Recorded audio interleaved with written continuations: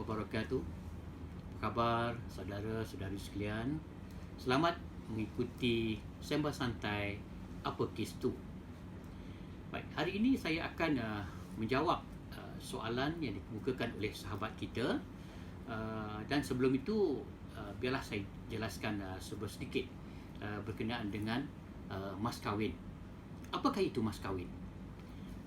Mengikut Seksyen 2 Akta Undang-Undang Keluarga Islam Wilayah Persekutuan menjelaskan bahawa mas kahwin itu ialah bayaran yang dibuat oleh suami kepada isteri semasa akad nikah berlangsung. Ya, ia sama ada bayaran tunai ataupun bayaran secara hutang, sama ada dengan jaminan atau tanpa jaminan, dan yang ketiganya sama ada sesuatu yang mengikut hukum syarak boleh ditukar kepada wang. Baik. Jadi bayaran mas kahwin ini merupakan hak seorang isteri, dan kiranya suami tidak menjelaskan bayaran tersebut, ia dikira sebagai hutang, ya, sehingga ia dijelaskan, ya. Tetapi sekiranya isteri itu redha, maka itu tidak dikira hutang. Baik. Hari ini saya akan menjawab soalan Cik Rahman yang bertanyakan, faktanya begini, ya. Cik Rahman telah berkahwin pada tahun 1990. Kemudian pada tahun 1992, Cik Rahman dan isterinya telah mempunyai harta, iaitu sebuah rumah. Kemudian rumah ini telah disewakan, ya, kepada penyewa, dan wang sewaan itu dibayar ansuran bulanan rumah. Ansuran bulanan rumah RM200, tetapi sewaan rumah itu RM600.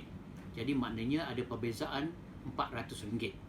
Jadi mengikut Cik Rahman, dia serahkan RM400 itu kepada bekas isterinya untuk nafkah dua orang anak-anaknya pada ketika itu.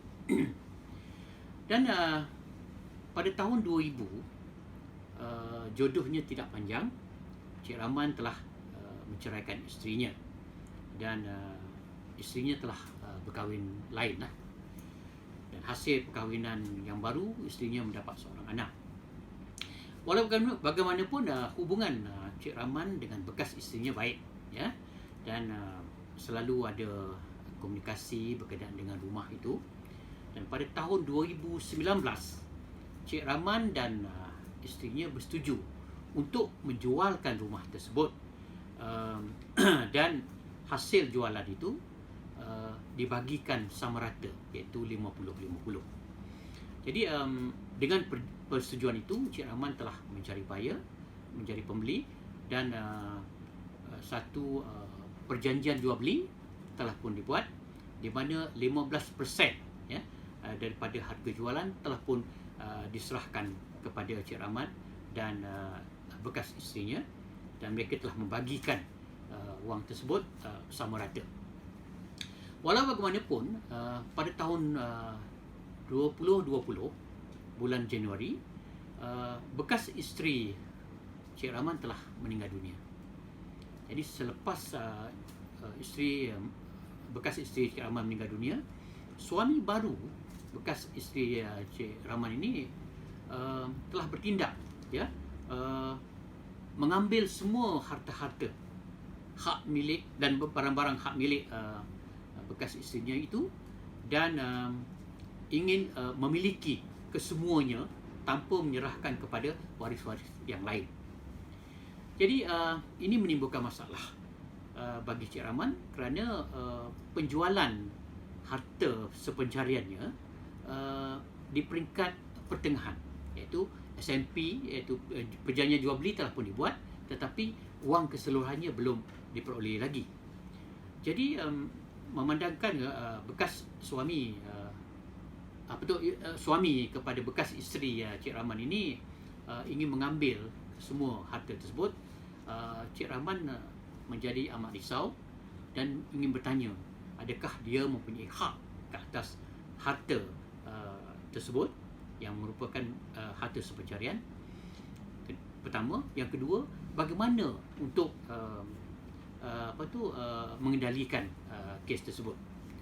Baik, untuk menjawabnya Cik Rahman, kalau kita teliti keseluruhan fakta yang dikemukakan oleh Cik Rahman, jelas menunjukkan bahawa harta tersebut, iaitu sebuah rumah itu, adalah harta sepencarian yang diperolehi dalam tempoh perkahwinan di antara Encik Rahman dengan bekas isteri Cik Rahman.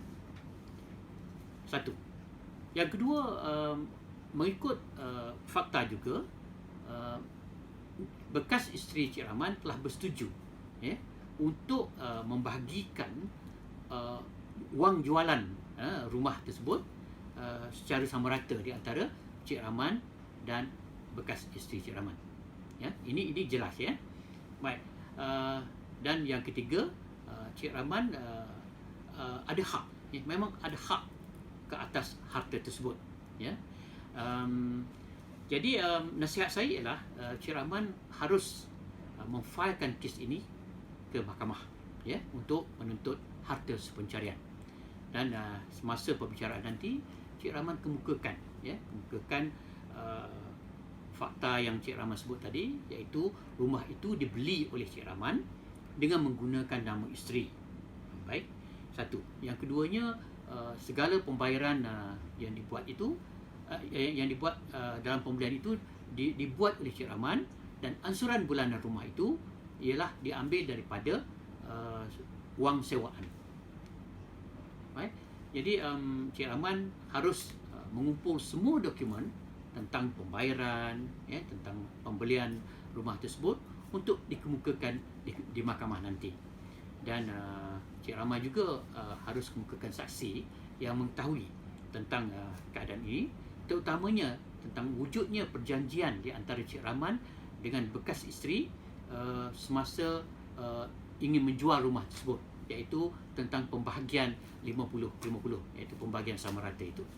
Jadi saya percaya dengan bukti-bukti yang ada, dengan saksi yang Cik Rahman boleh kemukakan, mungkin melalui peguam yang membuat perjanjian sewa beli itu, sewa perjanjian jual beli itu, boleh dikemukakan di mahkamah nanti, dan mahkamah akan pertimbangkan.